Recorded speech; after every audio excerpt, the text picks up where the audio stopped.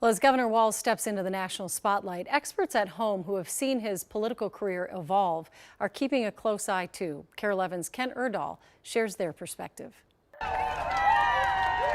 It was a Minnesota nice kind of goodbye for Governor Walz as he left St. Paul this morning. But as he entered the national political arena in Philadelphia later in the day, the gloves came off. Even if we wouldn't make the same choice for ourselves, there's a golden rule. Mind your own damn business. This is a little tougher, punch-throwing version of Tim Walz than you might have seen, who's maybe the guy who's, surrounded and hugging a bunch of kids when he signs the free lunch bill. Political analyst Brian McClung, who worked as a staffer for 2 Republican governors, says Walz's ability to walk that line between fighter and folksy will be key to the Harris campaign. Tim Walz brought exactly what Kamala Harris and her team were hoping he would bring.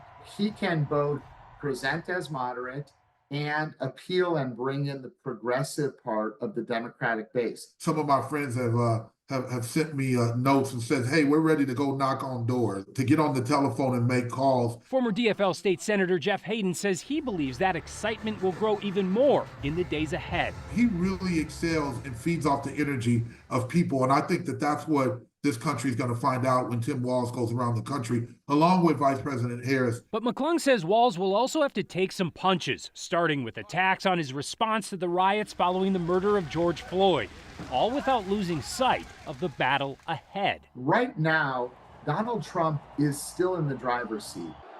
He's ahead in probably 5 out of the 7 battleground states. The independent and swing voters inside of those states, that's who's going to determine this election. And speaking of those battleground states, Harris and Walz will be flying to Eau Claire, Wisconsin tomorrow before continuing on to Michigan later in the day, with appearances in the swing states of Arizona and Nevada later in the week. Trump's VP pick, by the way, J.D. Vance, will also be in Eau Claire tomorrow. McClung says that shows just how pivotal the fast-growing area of western Wisconsin will be come November.